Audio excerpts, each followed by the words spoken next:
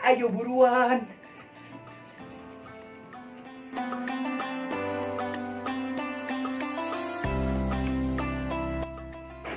Sama-sama belajar ya.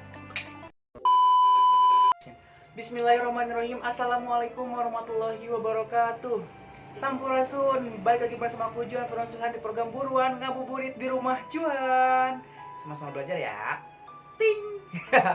Harus ada banget ya, harus ada tingnya banget ya. Oke teman-teman semua, sekarang kita udah masuk ke episode yang keberapa ini? Aduh, oke masih episode 4. Oke, sekarang kita udah masuk ke episode yang keempat. Kita bakalan angkat tema soal 4 golongan yang dirindukan oleh surga. Ngomong-ngomong soal surga, siapa sih yang nggak pengen masuk surga ya kan? Sok coba acungkan tangan.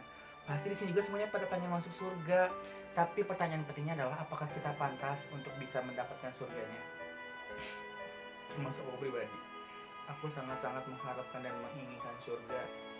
Tapi apakah semua dosa dan kesalahan aku selama ini di dunia, dan apakah orang kayak aku pantas masuk surga gitu kan? I don't know, gak tau. But tapi ternyata bukan kita saja yang rindu terhadap surga, tetapi juga surga tuh rindu terhadap golongan orang-orang ini nih yang nanti akan kita bahas hari ini. Nah sebelum dilanjut juga, buat teman-teman semua, by the way, ini tuh aku dapat materi. Pertama, pernah disampaikan waktu pas aku belajar selama pesantren. Terus kedua juga, kebetulan dari pas Jumatan diingetin lagi sama khutbah sama penceramahnya gitu ya, bahwasanya terdapat 4 golongan yang dirindukan oleh surga. Nah di sini ada hadis riwayat Imam Tirmizi dari Anas bin Malik, bahwasanya Rasulullah SAW pernah bersabda, barang siapa yang meminta surga kepada Allah sebanyak 3 kali, maka surga akan berkata, ya Allah masukkanlah ia ke dalam surga. Dan barang siapa yang meminta dijauhkan dari api neraka, maka neraka berkata, ya Allah jauhkanlah dia dari neraka. Yuk sebelum dilanjut videonya, kita minta dulu surga kepada Allah SWT dan juga minta menjauhkan kita dari neraka. Bismillahirrahmanirrahim. Ya Allah, masukkanlah hamba beserta orang-orang muslim-muslimat lainnya seluruh dunia agar masuk ke dalam surgamu ya Allah, dan jauhkanlah kami dalam api nerakamu ya Allah.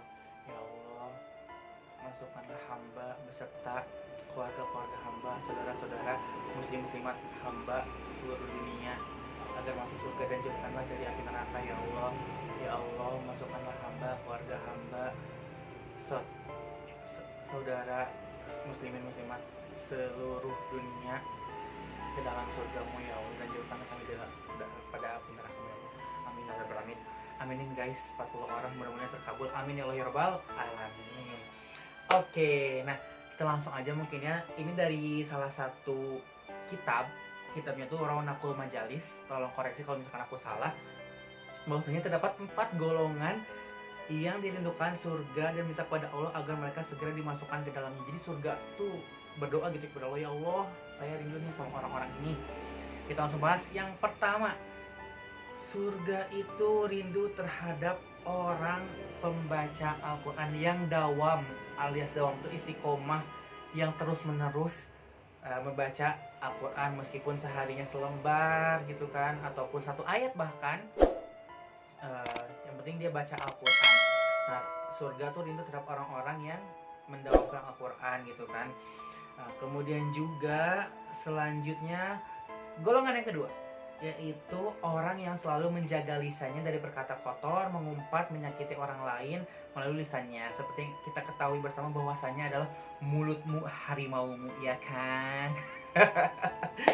Nah begitu juga dengan lisan tuh benar-benar, ucapan tuh adalah pedang gitu ya, hati-hati kalau ngomong. Dan aku pribadi masih termasuk orang yang kadang suka menyakiti orang dengan perkataan aku sendiri. Makanya dari situ aku belajar gitu bahwasanya ada eta mah lain urusan orang. Bukannya aku tidak mau care ya, tapi maksudnya kayak gini nih, misalkan lagi ada teman kita terus lagi berselisih sama teman yang lainnya atau sama pacarnya, terus kita ikut campur dan kita tuh ikut kayak ngomong juga gitu, terus kayak kita juga pokoknya intinya jangan, kalau bisa mah jangan ikut campur urusan orang lain gitu kan, kecuali kamu memberikan saran yang baik.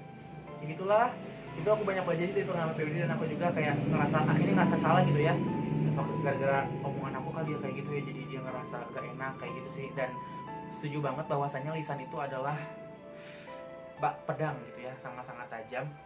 Dan di sini juga ada salah satu hadis riwayat Bukhari mengatakan bahwasanya ada seorang wanita yang hanya melaksanakan sholat wajib saja dan hanya bersedekah dengan sepotong keju, namun dia tidak pernah menyakiti tetangganya. Nabi SAW menjawab dia termasuk penghuni surga. Tuh, bahkan modal modal sholat wajib terus juga sedekah seadanya, namun juga ini tentunya dengan ridho dari Allah SWT, dia dimasukkan ke dalam surga gitu. Kemudian yang selanjutnya, golongan yang ketiga, orang yang memberi makan terhadap orang yang lapar.